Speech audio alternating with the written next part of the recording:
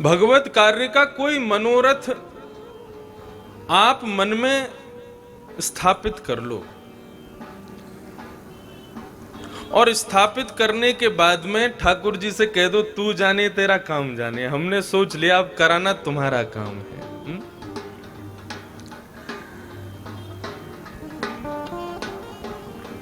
प्रभु जी मोरी क्या बिगड़ेगी, जाएगी लाज तुम्हारी है।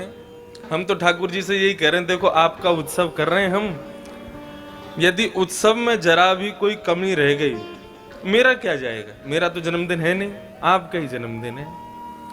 तो आपको यदि बढ़िया से अपना जन्मदिन करवाना है तो अपने आप ही संभालो। और वास्तव में आप सब लोग यही भाव समझें, यहाँ जितना भी कार्य हो रहा है, चाहे वो सजावट का हो, चाहे वो प्रसादी का हो, चाहे वो कोई भी सेवा हो, वो आप नहीं कर रहे हैं। हमने ठाकुर जी से कहा अपनी सेवा स्वयं कराओ, तो आप सबके भीतर एक दिव्य स्वरूप से गिरधर लाल जी बैठ कर के अपने पूरे कार्य को व्यवस्थित करवा रहे हैं। वही हम में बैठ के कथा करवा रहे हैं, वही इनमें बैठ के बेंजो बजवा रहे हैं, वही इनमें बैठ के तबला बजवा रहे हैं। वही सब यत्र प्रविष्टो सकलोपि जंतु आनंद सच्चित घनताम उपैति। शास्त्राज्ञा करते हैं कि ठाकुर जी के जहां पर स्वयंभू स्वरूप विराजमान है, ऐसे स्थानों में प्रवेश करने के बाद आप साधारण मनुष्य नहीं हो। यत्र प्रविष्टो सकलोपि जंतु, सारे जीव जंतु, केवल इंसान नहीं, एक कीड़ा भी यदि ठाकुर जी के तीर्थ में, ठाकुर जी के स्थान में प्रवेश करता है तो वह भी आनंद सच्चिदानंद भगवान का स्वरूप है। तो ये हम आप सबका बहुत सौभाग्य है।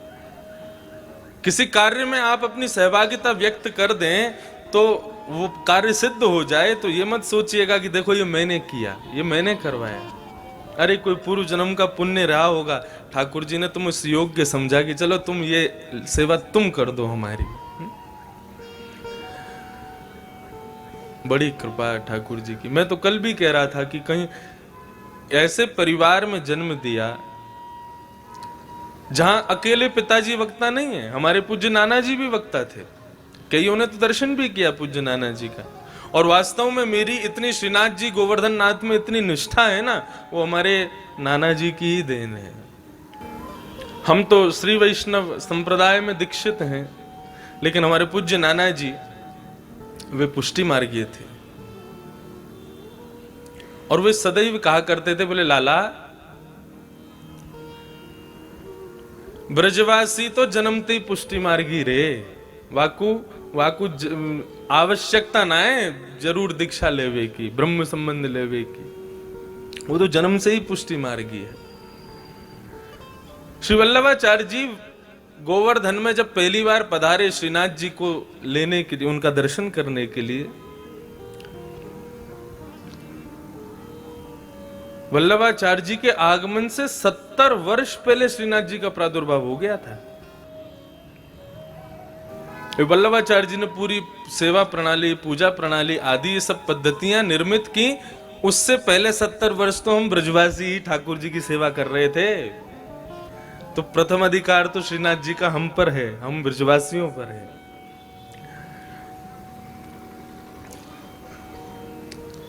तो उनकी बड़ी कृपा, नाना जी का खूब स्मरण आता है। यदि वे आज होते तो हमारे लाला को खूब लाड़ लड़ाते, खूब उनका सुंदर दर्शन पाके आनंद करते।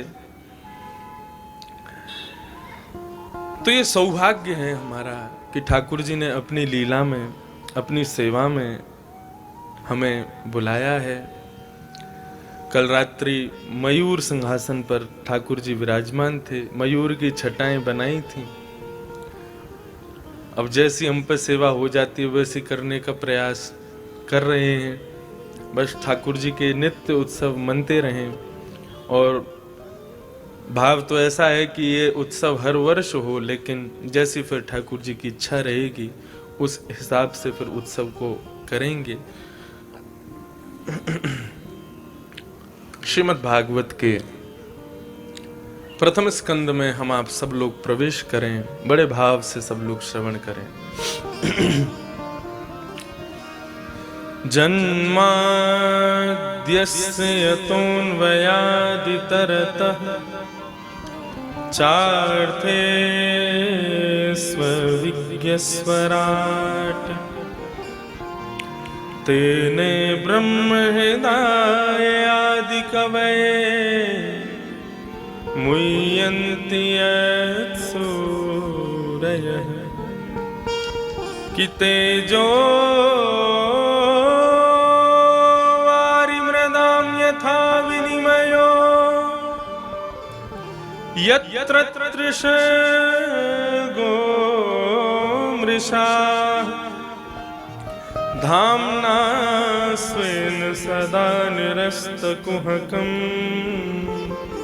सत्यं परम धीमहि। श्रीमद् भागवत का प्रथम श्लोक।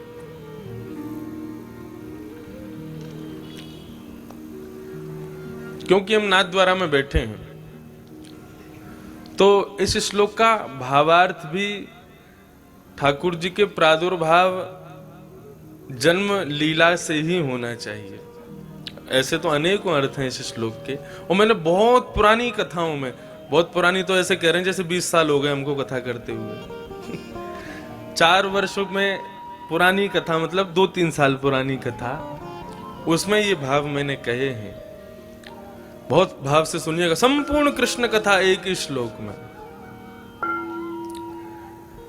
जन्माद्यस्य यतोऽन्वयादितरतः, ये ठाकुर जी की घंटी है, ठाकुर जी की घड़ी है, इसको हम नहीं रोक सकते।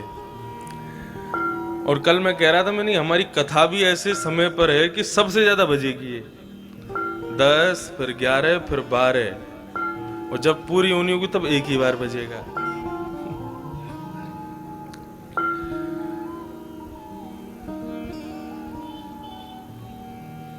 बड़ी जल्दी 11 बजा दिए। सावधानी से सुनो। संपूर्ण कृष्ण कथा इसी श्लोक में है, संपूर्ण राम कथा इसी श्लोक में है, संपूर्ण हनुमान चरित्र इसी श्लोक में है। श्रीमद् भागवत का प्रथम श्लोक है, साधारण बात नहीं है।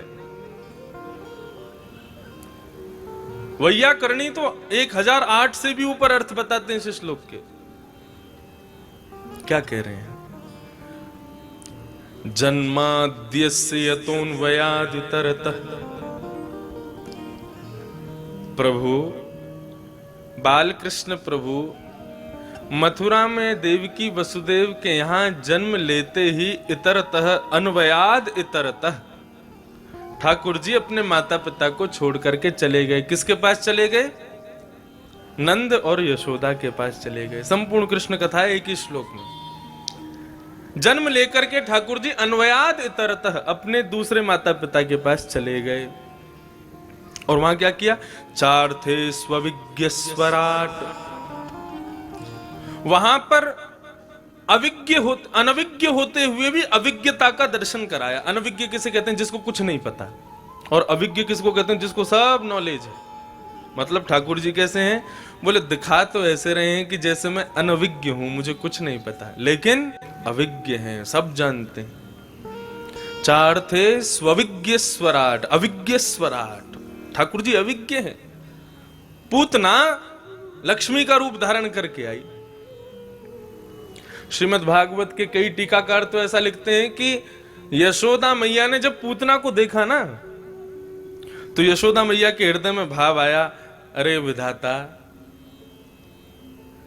एक तो तेने लाला हमारो इतनो लेट भेजो, 80 साल की आयु में ठाकुर जी को प्रादुर्भाव भयो,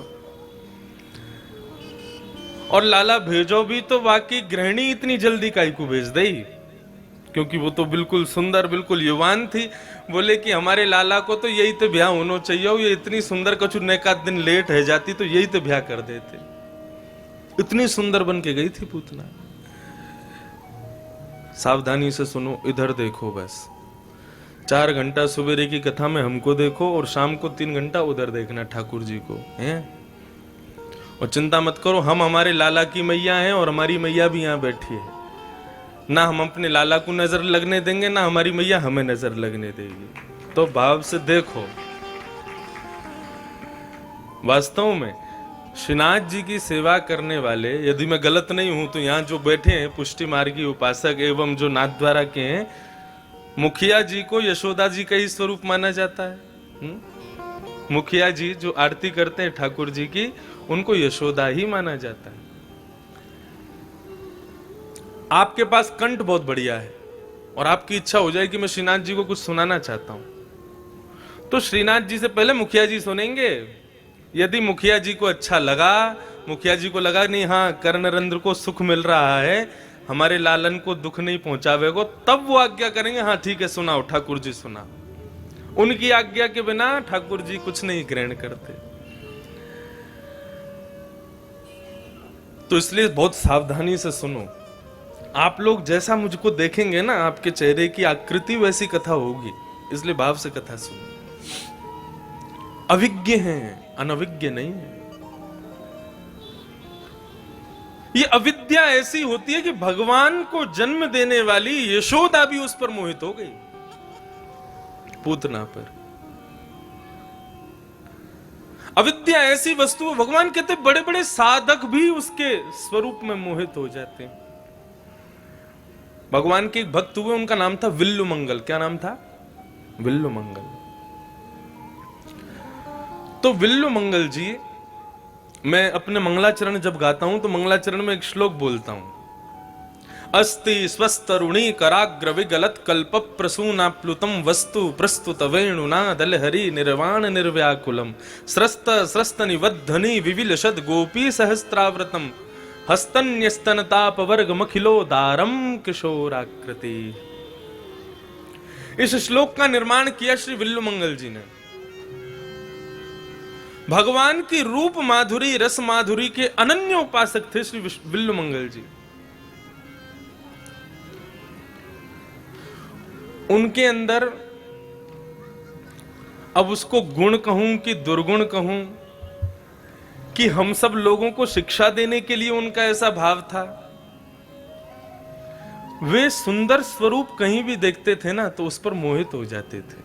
अब ये उनका गुण है दुर्गुण है कि हम लोगों को समझाने का भाव है, ये मुझे नहीं पता, लेकिन वास्तव में हम साधकों को यही मानना चाहिए कि इस बड़े जन जो हैं वो हमें समझाने के लिए ऐसी लीलाएं करते हैं। एक बार विल्लु मंगल जी किसी मार्ग में जा रहे थे, तभी वहां पर एक सुंदर मृगनयनी एक युवती घड़ा लेकर के जल भरने के लिए आई। अब वो जल भरने लगी, विल्लु मंगल जी की उस पर दृष्टि पड़ी और विल्लु मंगल जी ने जैसे ही उसको देखा स्तब्ध हो गए। ऐसा सौंदर्य, कुएं में से जल खींच रही थी, विल्लु मंगल जी वहीं जाके खड़े होकर उसके रूप को निहारने लगे। अब एक दो बार देखे तो चलो ठीक है, कोई भी सहन करेगा, लेकिन कोई इस प्रकार से टकटकी लगा करके देखता रहे तो सबको असहजता महसूस होगी। अब वो युवती थोड़ी देर तो उसने देखा संत स्वरूप है, प्रणाम किया, लेकिन जब विल्लु मंगल जी बिल्कुल ऐसे कभी करें कभी ऐसे करें, उसके स्वरूप को देखें तो उसको असहजता लगने लगी। वो कभी अपना मुंह छुपावे तो घूम करके देखें। युवती बोली अब मैं इनसे तो उम्र में छोटी हूं, अब इनसे क्या बोलूं, मैं अपना काम करके यहां से निकलती हूं। तुरंत जल भर करके वो वहां से जाने लगी। थोड़ी दूर गई तो सोचा कि संत चले गए होंगे, पीछे देखा तो विल्लु मंगल जी खड़े हैं। ऐसे मोहित हुए उसके रूप में, सुध बुध खो गए, कहां जा रही है क्या कर रहा हूं कुछ भी स्मरण नहीं, बस पीछे चलते ही जा रहे हैं उसके।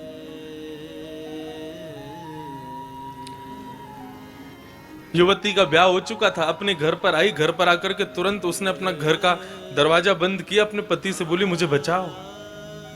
पति बोले क्या हो गया? बोले देखने में साधु संत का स्वरूप लगता है, कोई बड़ा साधक लगता है, लेकिन चरित्र का बहुत नीचा है, बड़ी कुदृष्टि से मुझे देख रहा है। पति ने कहा कुदृष्टि किसे कहते हैं? दृष्टि तो दृष्टि है, उसको कुदृष्टि क्यों कहती हो?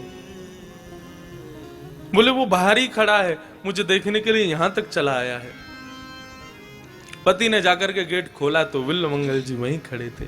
पति को देख ही नहीं रहे, उसके उठ करके देख रहे हैं कि वो कहां है जिसका स्वरूप मैं देखना चाह रहा था। उस व्यक्ति ने उनका स्वागत किया, आइए मान्यवर, पधारिए, घर पर विराजिए। पत्नी कहे, देखो कैसा पति हमारा, कोई मेरे स्वरूप पर इतना मोहित हो गया, कोई मेरे रूप को इस प्रकार इस भांति देख रहा है और ये उसका स्वागत कर रहा है। सेज लगा करके बिठाया। बोले प्रसाद पाएंगे? बोले बिल्कुल पाएंगे, अगर आपकी गृहिणी बनाएंगी तो जरूर पाएंगे। पति कहने लगे, जल्दी जाओ, भोग सिद्ध करो, संत पधारे, भोजन कराओ। पत्नी का दिमाग खराब, तो बोले कैसा पति है, अब बेचारी आज्ञा का तो मानेगी। अब जाकर के उसने भोजन आदि सिद्ध किया, बाहर बैठे बैठे विल्वमंगल से बातें कर रहा है वो, लेकिन विल्वमंगल की दृष्टि रसोई घर में ही है। हाँ हाँ ठीक कह रहे हो।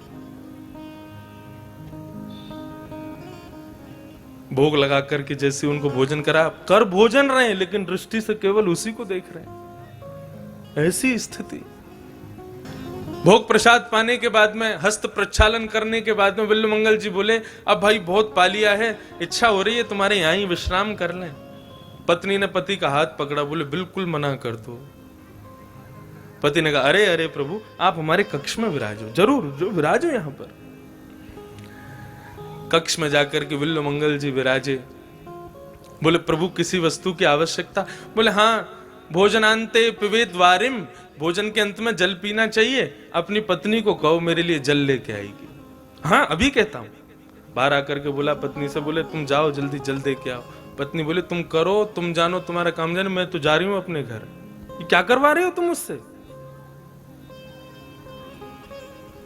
पति ने उसको बिठाया और बिठा करके कहता है कि यदि ये सच्चा साधक होगा ना तो आज ये सुधर जाएगा।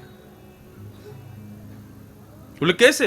बोले तुम जल लेकर के जाओ, लेकिन साधारण नहीं, तुम सुंदर तो हुई हो, अपना और सुंदर स्वरूप बना करके जाओ, और फिर जो होगा वो एक नया इतिहास रचेगा।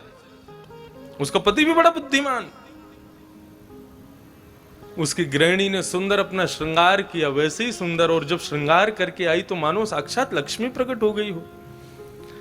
जल लेकर के जैसे ही कक्ष में प्रवेश किया, विल्वमंगल जी इंतजार कर रहे थे, तत्परता से नेत्र निहार रहे थे, कब आवेगी कब आवेगी। और जैसे ही उसको आते हुए देखा तो पहले से इतनी सुंदर और अब इतनी सुंदर बनकर के आई कि विल्वमंगल जी उसको देखते रह गए। और देखते देखते देखते विल्वमंगल जी ने मन में भाव रखा, एक साधारण सी स्त्री की सुंदरता पर सुबह से शाम हो गई मुझको, और शाम तक मैंने इतना निहारा, ऐसे ऐसे करके निहारा, लेकिन उसका परिणाम ये और सुंदर बनकर के मेरे सामने प्रकट हुई है, मुझको दर्शन देने आई है। अरे नेत्रों, यदि इतनी तत्परता श्री श्रीनाथ जी को देखने की होती तो आज श्रीनाथ जी चल करके मेरे सामने आ गए होते। यदि इतनी तड़फन श्रीनाथ जी को देखने की होती तो आज मेरे कक्ष में श्रीनाथ जी खड़े होते। दर्शन को नैना तपे, वचन सुनन को काम, मिलवे को हिय रात पे, हिय के जीवन प्राण, गोवर्धन वासी सांवरे, तुम बिन रहो न जाए। युवती का हाथ पकड़ लिया और बोली, बेटी मैंने तुम्हारे यहां प्रसाद पाया है, मुझे दक्षिणा दोगी? वो तो घबरा गई, बोली हाथ और पकड़ लिया इन्होंने तो पता नहीं क्या मांगेंगे। बोले आज्ञा करो। बोले तुम्हारे घर में सुई है? बोले हाँ है, तो जरा लेके आना।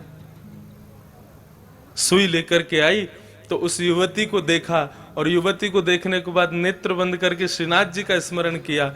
बोले जिन नेत्रों ने ठाकुर जी को छोड़ करके एक तुच्छ प्राणी को दर्शन की इतनी अभिलाषा रखी, उन नेत्रों को मैं रखना नहीं चाहता। सुई से अपने दोनों नेत्र फोड़ दिए उन्होंने। और उस समय ठाकुर जी का उनको हृदय में दर्शन हुआ। तब उन्होंने यह श्लोक गाया, अस्ति स्वस्तरुणी कराग्र विगलत कल्प प्रसूना प्लुतम वस्तु प्रस्तुत वेणुनादल हरि निर्वाण निर्व्याकुलम स्रस्त स्रस्त निवद्धनि विविलशद गोपी सहस्त्राव्रतम हस्तन्यस्तन ताप वर्ग मखिलो दारम किशोराकृति। ऐसे छवि में मोहित हो गए श्री बिल्वमंगल जी।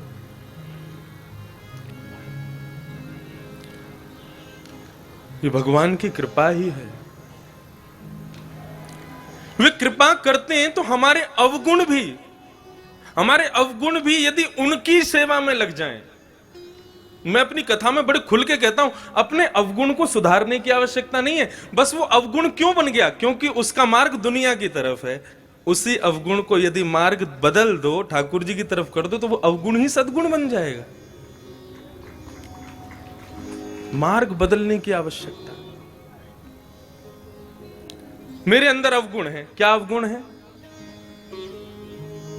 मुझे क्रोध बहुत आता है। किस पर आता है? अपने परिवार पर आता है, अपनी पत्नी पर आता है, अपने बच्चों पर आता है, क्रोध आता है। इसका मतलब तुमको अपनों पर क्रोध आता है।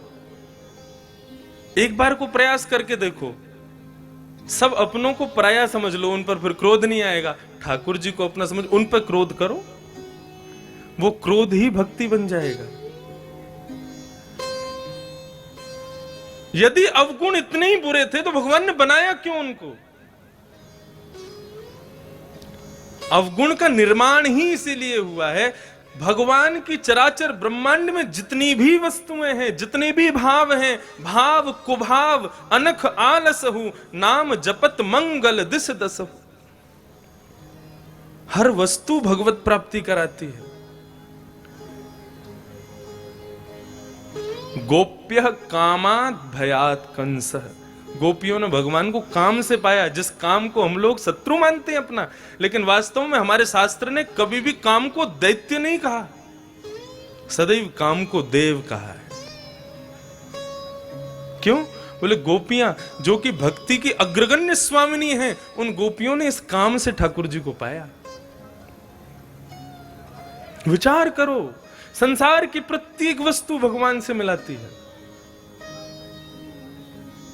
अपना मार्ग बदल दो, अपने अवगुण को मत छोड़ो, वो अवगुण ही सद्गुण बन जाएगा यदि उसका मार्ग बदल जाए। ठाकुर जी अविज्ञ हैं, अनविज्ञ नहीं है। लोग मंदिर में जाते हैं, ठाकुर जी के सामने 2000 के नोट निकाल के और ऐसे ऐसे घुमाते हैं। ये घुमाने का भाव ना पूरे शास्त्रों में कहीं लिखा ही नहीं है, लेकिन क्यों घुमाते हैं? पीछे वाले को दिख जाए कि 2000 की नोट से मैं इनका कर रहा हूं। सबको तो पता चल जाएगा कि तुम बहुत धनवान हो, लेकिन ठाकुर जी अविज्ञ हैं, वे सब जानते हैं। वाह, मैंने ही तेरे घर पे अपनी पत्नी को, लक्ष्मी को भेजा और मुझे ही चढ़ाने आया उसको। वे अनविज्ञ नहीं है। श्रीमद् भागवत के प्रथम श्लोक में ही सावधान कर दिया सभी साधकों को कि ठाकुर जी के आगे भूल करके भी कोई ऐसी बात मत कर देना जिसको तुम सोचते हो कि उनको पता नहीं चलेगा। वे अविज्ञ हैं, सब जानते हैं। पूतना रूप बदल करके आई, लेकिन भगवान पहचान गए कौन है ये। अघासुर, बकासुर, धेनुकासुर सब पधारे भगवान के सामने, भगवान सबको पहचान गए कौन कैसा है।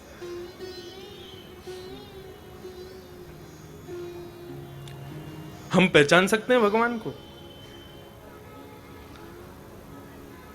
ये ठाकुर जी में ही गुण है कि वो सबको पहचान जाते हैं, वो जानते हैं कौन कैसा है। अविज्ञ है। और क्या है? बोले स्वराट। स्वराट मतलब स्वयं प्रकाशवान है, उनको प्रकाश की आवश्यकता नहीं है। गोपियां अंधेरे में छींके पर मटकी लटका देती हैं और सोचती हैं अंधेरा लगेगा तो लाला आएगा नहीं, लेकिन ठाकुर जी तो स्वराट हैं। सूर्य चंद्र को रोशनी उन्होंने दी है, उनको किसकी आवश्यकता? वो जैसे ही अंधेरे में प्रवेश करते हैं, उनके अंग से निकल रही ज्योति ही पूरे अंग, पूरे स्थान को प्रकाशित कर देती है। स्वराट। और तेने ब्रह्म हृदय आदि कवये। आदि कवि ब्रह्मा को जिन्होंने अपने हृदय से ज्ञान प्रदान किया, कब ज्ञान प्रदान किया? जब ब्रह्मा भगवान के सब ग्वाल बालों का हरण करके ले गए, तब ठाकुर जी ने उतने ही ग्वाल बालों का रूप धारण करके ब्रह्मा को बता दिया कौन है वास्तविक में पर ब्रह्म। तेने ब्रह्म हृदय आदि कवये मुह्यंती सूर्य, इंद्रादि देवताओं को भी गिरिराज पर्वत गोवर्धननाथ स्वरूप धारण करके मोहित कर दिया ठाकुर जी ने। ये जो श्री जी बाबा का स्वरूप है, इसी का भाव है मुह्यंती सूर्य। इस स्वरूप को देख करके बड़े बड़े देवता भी मोहित हो जाते, ऐसा स्वरूप। तेजो वारी मृदाम यथा विनिमयो यत्र सर्गो मृषा। पृथ्वी जल तेज वायु आकाश सबको अंगीकार किया भगवान ने कृष्ण स्वरूप धारण करके। दावाग्नि लगी थी, उसको पी करके ठाकुर जी ने अग्नि को स्वीकार किया। कालियानाग मर्दन करके ठाकुर जी ने जल को स्वीकार किया। सक्टासुर को आकाश में ले जा करके तृणावर्त को ठाकुर जी ने मार करके आकाश को पवित्र किया, वायु को पवित्र किया। रास रचा करके आकाश को पवित्र किया और मृद भक्षण माटी खा करके ठाकुर जी ने भूमि को प्रविट किया। तो पृथ्वी जल तेज वायु आकाश पांचों पवित्र। विचार करो, क्षिति जल पावक गगन समीरा, पंचरचित अति अधम शरीरा। ये बात किसके लिए कही गई? ये बात क्यों कही गई? सावधानी से सुनिएगा। हमारा शरीर अधम है। यदि शरीर अधम होता तो ठाकुर जी कभी अपनी अर्चावतार में हमसे सेवा ग्रहण नहीं करते।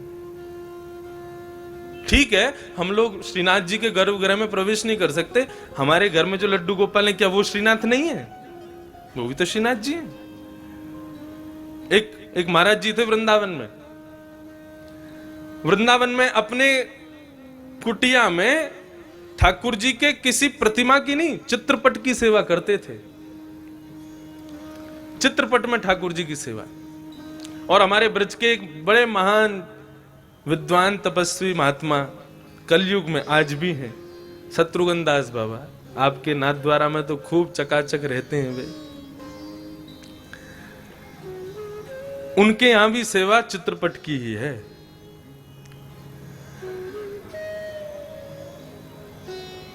तो वे चित्रपट की सेवा करते थे। अब उनके कुछ साधक बंबई दिल्ली से आते थे, आकर के उनको प्रणाम करते और कहते, महाराज जी अब आज्ञा हो तो हम बिहारी जी दर्शन करें आए। बोले हाँ हाँ जाओ। हर बार भक्तों ने देखा कि भाई ये हम लोग चले जाते हैं, ये तो कभी जाते ही नहीं हमारे साथ में। एक दिन उन्होंने कह दिया, बोले महाराज जी स्वामी जी क्षमा करें, धृष्टता कर रहे हैं हम आपसे ऐसी बात कह के, लेकिन ठाकुर जी के दर्शन करने के लिए आप क्यों नहीं चलते साथ में? आप कभी बिहारी जी नहीं जाते? तो महात्मा क्या कहते? बोले ये चित्रपट में जो है, क्या ये बिहारी जी नहीं है? इनको छोड़ करके मैं चला जाऊंगा तो फिर इनकी सेवा कौन करेगा? है? अरे भैया तुम लोग जाओ वहां पर, मेरे बिहारी जी तो यही में प्रकट है, मेरे बिहारी जी तो यही में मुंह को दिखे। तो भले ही हम श्रीनाथ द्वारा मंदिर के गर्भगृह में प्रवेश नहीं कर सकते, लेकिन हमारे घर में जो ठाकुर जी, क्या वो श्रीनाथ जी नहीं है? वे भी तो श्रीनाथ जी हैं, वे भी तो ठाकुर जी हैं। तो यदि वे श्रीनाथ जी हैं तो वे हमसे सेवा ग्रहण कर रहे हैं। इसका मतलब क्या हुआ कि शरीर अधम नहीं है। अधम होता तो कभी नहीं ग्रहण करते। किसका शरीर अधम है? जो कभी वाणी से कभी ठाकुर जी का नाम नहीं गाता, नेत्रों से दर्शन नहीं करता, कानों से कथा नहीं सुनता, हाथों से करताल नहीं बजाता, पैरों से प्रदक्षिणा नहीं करता, ऐसा व्यक्ति का शरीर अधम है। क्यों अधम है? ये अधमता पंच तत्व ही उसको अधम कहते हैं। शरीर काय से बना? पृथ्वी जल तेज वायु आकाश, ये पंच तत्वों से ही शरीर बना है। और भगवान ने इन पंच तत्वों को अपनी जिह्वा पर धारण किया है। तो ये पंच तत्वों से शरीर बनता है। जब शरीर में विराजा शरीर ही उन पंच तत्वों के बने हुए शरीर से भजन पूजन करता है, तब वे शरीर उसको सौभाग्य प्रदान करते हैं कि अपने स्वामिनी की सेवा प्रदान कर देते हैं। चलो तुम ठाकुर जी की सेवा करो। लेकिन यदि कोई व्यक्ति अपने अंग के किसी भी भाग से ठाकुर जी का आस्वादन नहीं करता, तो वही शरीर चीख चीख करके कहता है कि ठाकुर जी हम कैसे व्यक्ति के पास आए हैं जो आपकी कभी सेवा नहीं करता। अति अधम शरीरा, ये शरीर ही अधम है क्योंकि आपकी सेवा नहीं करता। विचार करो, जिस अधरामृत को पाने के लिए गोपियां तरसती थी, उस अधरामृत से अभिषिंचित पंच तत्वों से हमारा शरीर बना है। हम लोग ठाकुर जी की झूठन है एक प्रकार से।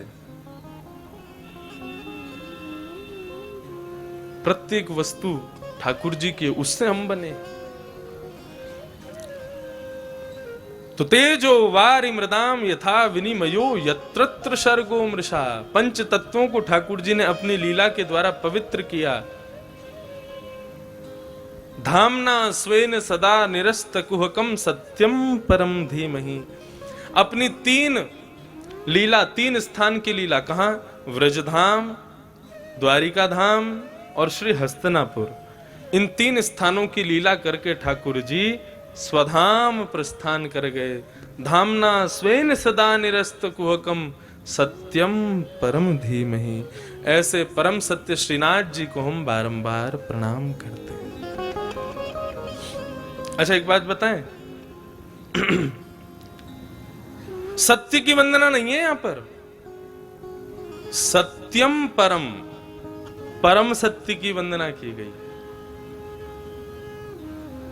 सत्य और परम सत्य ये दोनों अलग अलग चीजें, एक नहीं है। मैं इंद्रेश हूं, ये सत्य है। अब इसमें परम सत्य में क्या बोल सकता हूं इससे ज्यादा? मैं ठाकुर जी का हूं, ये परम सत्य है। परम सत्य और सत्य दोनों में भेद हम लोगों में तो समझ आ जाएगा, लेकिन ठाकुर जी में कैसे भेद समझें? मतलब उनमें भी कोई श्रेणी है क्या सत्य और परम सत्य की? हाँ है, ठाकुर जी भी श्रेणियों में है। भगवान श्रीनाथ जी का आप लोग जब दर्शन करते हैं तो मंदिर में जो श्री ठाकुर जी यशोदा मैया की गोदी में विराजमान हैं श्रीनाथ जी, वे कौन हैं? वे सत्य हैं, परम सत्य नहीं है। और परम सत्य क्या है? श्रीनाथ जी का स्मरण, श्रीनाथ जी का नाम परम सत्य है।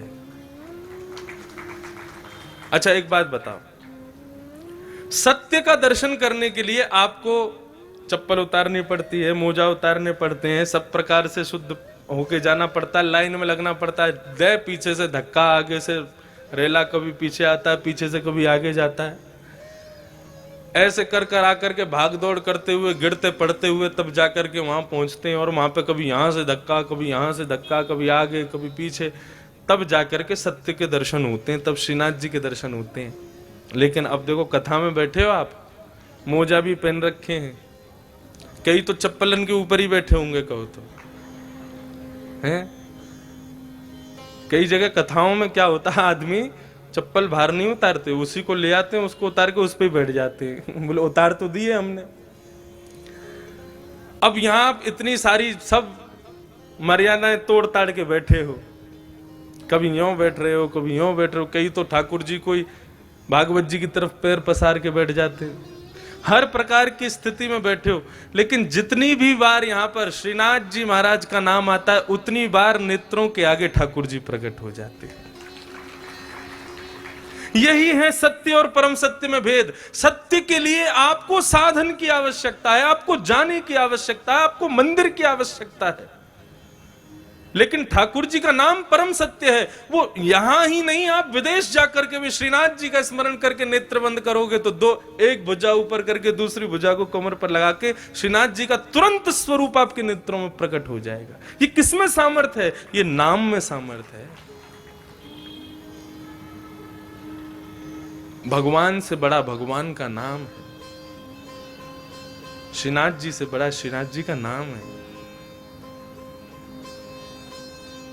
नाम की महिमा अनंत है।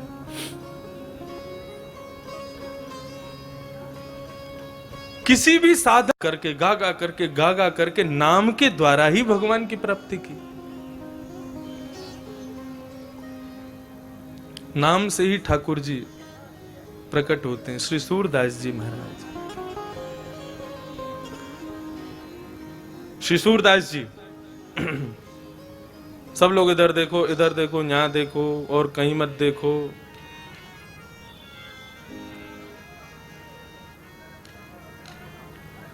सूरदास जी महाराज ये कौन है? सूरदास जी उद्धव जी के अवतार हैं। उद्धव समझ रहे हैं ना, भगवान के परम मित्र हुए श्री उद्धव जी महाराज। उन उद्धव जी के अवतार हैं कलयुग में श्री सूरदास जी महाराज। तो सूरदास जी जब ब्रह्म संबंध ले लिए और गोवर्धन में विराजने लगे, तो अपनी कुटिया में बैठे बैठे ठाकुर जी का स्मरण करते थे, ठाकुर जी का गुणानुवाद गाते थे। अब देखो, यदि सत्य स्वरूप से ही भगवान की प्राप्ति हो तो सूरदास जी पर तो नेत्री नहीं है देखने के लिए। मैं केवल इतना कहना चाहता हूं कि देखो, दो चीज होती हैं, एक होता है भक्त और एक होता है प्रपन्न। एक होता है भक्त, दूसरा क्या होता है? प्रपन्न। आप सब लोग पुष्टि मार्गीय के अनुगामी हैं, उन सबको बड़े भाव से समझते हैं, लेकिन हमारे श्री वैष्णव संप्रदाय में भक्त से भी एक ऊंची श्रेणी है, उसको कहते हैं प्रपन्न। तिरुपति बालाजी हमारे संप्रदाय के मुख्य देवालय में हैं, और वास्तविक में हमारी जो गुरु परंपरा है वो प्रारंभ होती है श्री रंगनाथ मंदिर, श्रीरंगम, तिरुचिरापल्ली। तो हमारे यहां भक्त को अतिश्रेष्ठ नहीं माना गया, हमारे यहां प्रपन्न को अतिश्रेष्ठ माना। अब प्रपन्न और भक्त में कितना भेद है? जरा सा भेद है। अच्छा, प्रपन्न को साधारण भाषा में क्या कहते हैं? पूर्ण शरणागति, उसी को प्रपन्न कहते हैं। बहुत सावधानी से सुनिए। और देखो, अगल बगल वाले को यदि थोड़ी सी झपकी आ जाए ना तो कोहनी से मार के उठा देना, कोई दोष नहीं लगेगा आपको, बल्कि बढ़िया है, आपको पुण्य मिलेगा, दूसरों को भी सुनवा रहे हो आप, क्योंकि मौसम बढ़िया है और नाश्ता आस्ता बढ़िया करके आए हो, तो हो सकता है निद्रा आप पर आ जाए। लेकिन भैया, कथा इतनी बढ़िया चल रही है, आनी तो नहीं चाहिए, लेकिन फिर भी अपने आप को संभालो, सावधानी से बैठो। तो प्रपन्न किसे कहते हैं?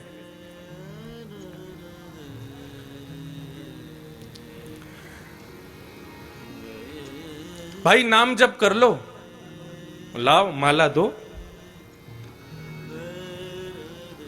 मतलब नाम जप करने के लिए आपको माला की आवश्यकता पड़े तो आप कौन हो? आप हो भक्त। लेकिन आपसे कहा जाए नाम जप कर लो, तुरंत नेत्र बंद करके बिना माला के ही नाम प्रारंभ हो जाए, उसको कहते हैं प्रपन्न। और पूरी बात तो सुन लो एक बार। हमने कहा श्रीनाथ जी का दर्शन कर आओ, आप दामोदर धाम में हमारे साथ रुके, हमने कहा जाओ जाके दर्शन कर आओ। तो आपने कहा अच्छा, अभी तो ग्वाल के दर्शन खुलने वाले हैं, तो हम ग्वाल का दर्शन जैसे ही खुलेगा 15 मिनट पहले चले जाएंगे और जाकर के हमारी कोई व्यवस्था करवा दो, हम चले जाएं। तो आप कौन हो? आप भक्त हो। लेकिन आपसे कहा जाए भैया देखो, वहां से अनाउंसमेंट हो रही है, ठाकुर जी का दर्शन खुल गया, जाओ जाकर के दर्शन करे आओ। तुरंत आप नेत्र बंद करके बैठ गए और वहीं बैठ करके हा आज तो श्रीनाथ जी बड़े प्यारे लग रहे हैं, मेरे नेत्रों में प्रकट हो गए श्रीनाथ जी। ये किसे कहते हैं? ये होता है प्रपन्न। भगवान की भक्ति करने के लिए जितने भी साधनों की आवश्यकता है, वो साधन की आवश्यकता आपको भक्त बनाती है, और उस साधन की मुक्ति के बाद भी भगवत स्मरण बन जाए, उसी को कहते हैं प्रपन्न। साधन की आवश्यकता नहीं। सूरदास जी कौन है? प्रपन्न है। उनको ठाकुर जी को देखने के लिए नेत्र नहीं चाहिए। परम सत्य श्रीनाथ जी का नाम उनके हृदय में विराजमान है, उस नाम से ही वे दर्शन कर लेते हैं। श्रीनाथ जी कैसे? सूरदास जी महाराज अपने कुटिया में बैठ करके भजन करते थे, और जब वे पद गाते थे तो पद सुनने के लिए श्री जी बाबा का जैसे ही शयन होता था, शयन होते ही श्री जी बाबा तुरंत आ जाते थे और आकर के बाहर कुटिया के बैठ जाते और बैठ करके वहीं बैठे बैठे श्रवण करते, जो भी सूरदास जी गाते वापस लौट जाते। सावधानी से सुनना। एक दिन श्री जी बाबा ने मन में भाव रखा कि भैया आज गोसाई जी जल्दी हमको पौड़ा दें भोग लगा के। तो गोसाई जी तो कपाट बंद करके जाते थे दोपहर के, लेकिन ठाकुर जी जंगला में से कूद के भाग जाते थे, सूरदास जी की कुटिया पे जाके बैठ जाते थे। एक दिन ठाकुर जी जाने लगे तो श्री जी ने हाथ पकड़ लिया ठाकुरानी ने। कहां जा रहे हो? बोले हम जा रहे हैं एक जगह पे। बोले कहां जा रहे हो, मुझे सही बताओ। बोले एक भक्त है, उसको दर्शन देने के लिए जा रहे हैं। बोले हम भी चलेंगे साथ में। अरे तुम मत चलो, तुम क्या को जाओगी? तुम जाओगी तो फिर पता नहीं उसको समझ पाओगी नहीं समझ पाओगी, क्या भाव आवे समझ थोड़ी आता है। राधा रानी बोली या तो हमें लेके चलो, नहीं तो आज हम तुम्हारी गुसाई जी से शिकायत कर देंगे कि तुम पौड़ते नहीं हो, तुम भाग जाते हो दर्शन देने के लिए। ठाकुर जी अर्चावतार में जब विराजते हैं ना तो अपने अर्चक से डरते भी हैं। मैं अपनी कथा में कभी कभी बताता हूं, हमारी बहन जी बैठी हैं, श्री राधा रमन परिकर में आपका सौभाग्य है सेवा का। तो एक बार इन्होंने एक प्रसंग सुनाया कि ठाकुर जी पोशाक नहीं पहन रहे थे। श्री राधा रमन जी पोशाक नहीं पहन, जबकि बिल्कुल सही था, नाप भी बिल्कुल लेकर के रखा था, लेकिन फिर भी कभी कहीं से ऊंची, कभी कहीं से नीची, कभी कहीं से भारी। सब गोस्वामियों ने प्रयास कर लिया, लेकिन ठाकुर जी ने पोशाक नहीं पहनी। तो आपके जो पूज्य दूसरे पिताजी ससुर जी हैं, वे सबसे बोले सुनो सब लोग बाहर जाओ, मैं थोड़ा ठाकुर जी से एकांत में बैठ के बात करूं। और वे ठाकुर जी के आगे बैठे, राधा रमन जी के आगे पोशाक रख दी। तो बोले अच्छा, तो आज आपको पोशाक धारण नहीं करनी है, क्योंकि हमें पता है नाप तो बिल्कुल ठीक है और पोशाक भी बिल्कुल अच्छी बनी है, लेकिन पता नहीं आपकी क्या इच्छा है, परेशान करने के मूड में हो। देखो हमें कोई झंझट नहीं है, आपको नहीं पहनी बिल्कुल नहीं पहनाएंगे। बाहर दर्शनार्थी दर्शन के लिए खड़े हैं, बस 15 मिनट बचे, आप पहन लो, नहीं तो मैं तो अभी कपाट खोल दूं, बिल्कुल नंग धरंग खड़ा कर दूंगा आपको। आज हरि देखे नंगम नंगा, फिर तो सब हो करेंगे आपको देख के।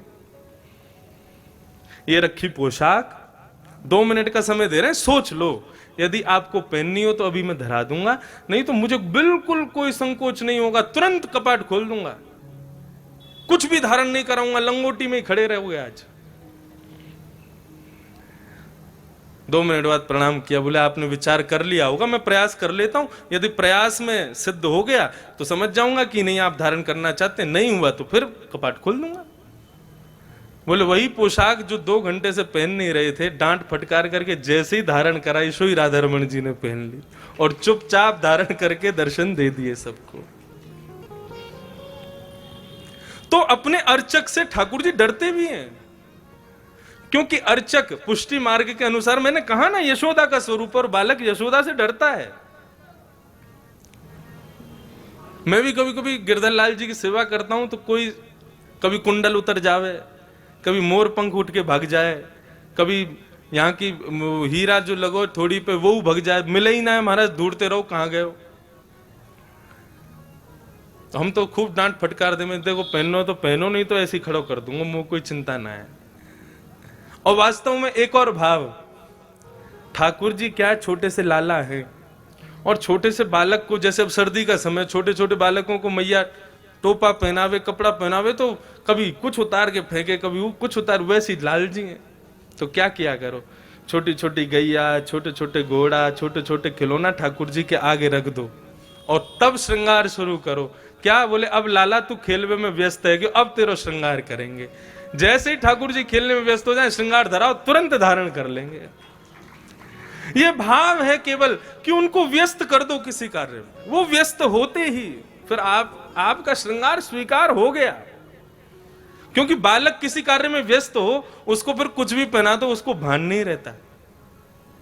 वैसे ही ठाकुर जी ने। तो लाडली जी बोली, या तो मुझे संग ले चलो, नहीं तो आज गुसाई जी से शिकायत कर दूंगी। लाल जी बोले, गुसाई जी से मत कहना। बोले, लेके चलो संग।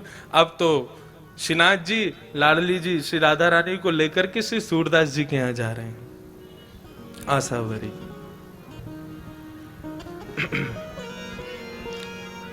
सूरदास जी की कुटिया में जाकर के दोनों प्रिया प्रियतम अविराजित हुए हैं और दोनों इतने भाव से सूरदास जी के पद को श्रवण कर रहे हैं, लेकिन सूरदास जी को नहीं पता कि ठाकुर जी मेरे सामने बैठे हैं।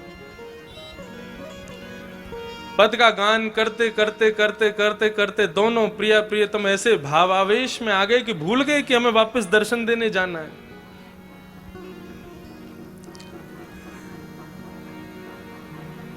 जैसे ही सूरदास जी का पद पूर्ण हुआ, किशोरी जी ने और लाल जी ने दोनों ने नेत्र खोल करके देखा, सूरदास जी बैठे हैं। किसी कार्य के लिए उठने लगे, कहीं जाने लगे, तो दोनों उनके पीछे पीछे चलने लगे। देखें तो सही कहां जाते हैं, क्या करते हैं। अब सूरदास जी अपनी लठिया से चल करके ऐसे आगे रास्ता देखते हुए, लठिया से अनुभव करते हुए चल रहे थे और पीछे दोनों श्रीनाथ जी और श्री किशोरी जी दोनों चल रहे हैं। तभी आगे एक बड़ा गहरा गड्ढा था। ठाकुर जी को भी अनुभव नहीं हो पाया, पता नहीं चल पाया। जैसे श्रीनाथ जी ने लठिया, वो सूरदास जी लठिया से चल रहे थे, उनको भी पता नहीं चल पाया और चलते चलते श्री सूरदास जी उस गड्ढे में गिर पड़े। अब जैसे ही गड्ढे में गिरे, ठाकुर जी और लाडली जी ने ऊपर से देखा, बड़ा गहरा गड्ढा। ठाकुर और नीचे सूरदास जी पड़े हैं, हाथ छिल गए, पैर छिल गए, सिर में चोट आ गई। ठाकुर जी के नेत्र सजल हो गए। किशोरी जी, हम यह अवस्था में इनको छोड़ के ना जाएंगे, चलो इनकी नेक मदद कर दें, इनको नेक ऊपर उठा लें। बोलो, क्या बात कर रहे हो, बाबा पहचान जाएगा हमको। और पहचान गए हो ना, तो जो भाव है ना या कि वो सब खत्म हो जाएंगे। ठाकुर जी वास्तव में मिलते क्यों नहीं है? ताकि आपका भाव दिनों दिन बढ़ता रहे, क्योंकि सामीप्य में दोष आ जाता है। आप किसी को दूर से देखो बहुत प्यारा लगेगा, लेकिन उसके संग आप 10-5 दिन रह लोगे ना, तो उसमें आपको दोष दिखने लग जाएंगे। तो ठाकुर जी भाव रखते हैं, कहीं मेरे दोष, ठाकुर जी में कोई दोष नहीं होता, दोष हम में होता है। कहीं हमें कोई दोष ना आ जाए, हमारी भक्ति में दोष ना आ जाए, इसलिए ठाकुर जी दूर ही रहते हैं। लेकिन लाडली जी कहने लगी, ठाकुर जी मत करो। ठाकुर जी बोले, नहीं, मैं ऐसे ना देख सकूं सूरदास को। तुरंत ठाकुर जी ने अपनी काली कमली उतारी और नीचे गड्ढे में डाल दी। और किशोरी जी कही, आप मेरी कमर पकड़ लो, मैंने काली कमली पकड़ ली है, अब सूरदास जी या को पकड़ के ऊपर आ जाएंगे। सूरदास जी अपनी लठिया खोज रहे हैं, कहां गई। तभी ऊपर से ठाकुर जी बोले, बाबा। और जैसे ही बाबा शब्द सुना है, सूरदास जी ने रोम रोम नृत्य करने लगा। जितनी पीड़ा थी सब दूर हो गई, नेत्रों में मानो आंसू छलक पड़े हों। बोले, ये स्वर तो मेरे श्रीनाथ बाबा का ही हो सकता है। हाँ भाई, कौन है भैया? बोले, भैया बाबा हम यहीं ब्रजवासी हैं, गैया चरावे जामे, आपको पड़ो भयो देखो तो सोची ने आपकी मदद कर दें। हाँ भैया, बड़ो भलो करेगो ठाकुर तेरो। भैया कैसे आऊं ऊपर? बोले, मैंने अपना पटका डाल दिया नीचे, आप बाकू पकड़ के ऊपर आ जाओ। सूरदास जी उस पटके को पकड़ रहे हैं और यहां से लाडली जी ठाकुर जी को खींच रहे हैं, ठाकुर जी सूरदास जी को ऊपर खींच रहे हैं। क्या स्वरूप है वे। सूरदास जी के मन में भाव आ गया। जैसे ही पटका पकड़ा, उसकी सुगंधी को जब अपनी नासिका से ग्रहण किया, बिल्कुल दृढ़ निश्चित हो गए कि ये तो ठाकुर जी हैं और कोई नहीं हो सकता। जैसे ही गड्ढे से ऊपर निकल करके सूरदास जी आए, जानबूझ करके ऐसा भाव दिखाया कि मानो झटके से गिर पड़े हों। और गिरे तो कहां गिरे? श्री लाडली जी के चरणों में जाकर के गिर गए। और गिरते ही बड़ी चतुराई से श्री किशोरी जी के एक पांव की पाजेब को सूरदास जी ने पकड़ करके खींच के अपने जेठ में भर लिया। और भर करके ठाकुर जी खड़े हो गए, किशोरी जी खड़ी हो गई, सूरदास जी भी व्यवस्थित हो गए। ठीक है बाबा, अब तुम बाहर आ गए हो, अब पीछे को मत जाइए, गड्ढा तुम यहाँ चले जाओ। और ठाकुर जी ने किशोरी जी को हाथ पकड़ो, जल्दी चलो, गोसाई जी दर्शन खोल देंगे, नहीं मिले तो बहुत डांट पड़ेगी। अब किशोरी जी जैसे ही चली तो चलते ही एक पांव की तो छम आवे आवाज, दूसरे पांव की आवाज ही नहीं। किशोरी जी ने नीचे देखी, बोले हमारी पाजेब कहाँ है? अब तो ढूंढने लगे तो दूरी दिख गई, बोले पाजेब हाथ में लटक रही है सूरदास जी के। किशोरी जी बोली मेरी पाजेब रह गई है। ठाकुर जी बोले दूसरी दिलवा देंगे, चलो। मुन्ना मुंह को तो वही चाहिए जो सूरदास जी पे। बोले तुम फंसवाओगे आज, सूरदास बाबा तो जन कब छोड़ेगा, लेकिन आज गोसाई जी बहुत डांट लगाएंगे। किशोरी जी बोली हमको तो वही पाजेब चाहिए। तो बोले तुम ही लिया। बोले मुंह को डर लगाया बाबा ते, मैं ना जाऊंगी, तुम ही मांगो। लाडली जी तो चाह रही है कि ये कृपा आज कर ही दे इनके ऊपर। ठाकुर जी फिर से गए, बाबा हाँ हाँ भैया बोलो। वो हमारी एक पाजेब आपके पास रह गई है, आप कृपा करके हमको प्रदान कर दो। ठाकुर जी बोले, वो सूरदास जी बोले भैया मैं कैसे मान लूं ये पाजेब तुम्हारी है? अब भैया मैंने तुम्हें दे दी और फिर कोई आयो कि बाबा मैंने तुम्हारी सहायता करी, मेरी पाजेब गिर गई, तो मैं तो झूठो रह जाऊंगा। ठाकुर जी बोले तो आपको पता कैसे चलेगी कि या की दूसरी पाजेब कौन के पास? आप पे आंख तो है ना? बोले आंख ना है लेकिन हाथ तो है ना, अनुभव कर लूंगा मैं। तो बोले क्या करोगे? बोले दूसरी पाजेब जो है का है वो मेरे हाथन के आगे आप चरणन में धारण करके ही दे दो, मैं वह पाजेब को हाथ से स्पर्श कर लूंगा, सो दूसरी पाजेब पहना दूंगा। किशोरी जी मुस्कुरा गए, बोले सूरदास जी समझ गए कि ये ठाकुर जी पधारे हैं। ठाकुर जी बोले आओ। अब तो किशोरी जी आगे आई, आगे आकर के खड़ी हुई, सूरदास जी से कही सूरदास जी नीचे बैठो, नीचे देखो, एक पाजेब देख लो और दूसरे पाँव में पहना दो। जैसे ही पाजेब देखी तो समझ गई, बोले हाँ भैया तुम्हारी है। दूसरे पाँव में पाजेब पहना करके श्री किशोरी जी के चरणों से लिपट गए सूरदास जी, अपने नेत्रों के जल से उनके पैरों को धोने लगे। बोले कृपा करो प्रभु, मैं पहचान गया हूं आप पधारे हो मुझ पे कृपा करने। किशोरी जी ने सूरदास जी को उठाया और ठाकुर जी, किशोरी और सूरदास जी तीनों को आलिंगन किया। और आलिंगन करके ठाकुर जी और किशोरी जी ने अपने हस्त कमल से जैसे ही सूरदास जी के नेत्रों पे हाथ फेरे, बोले बाबा आंख खोलो। बोले मैं देख ना सकूं? बोले खोलो तो सही। जैसे ही नेत्र खोले तो श्रीनाथ जी राधा रानी के संग में सामने खड़े हुए हैं।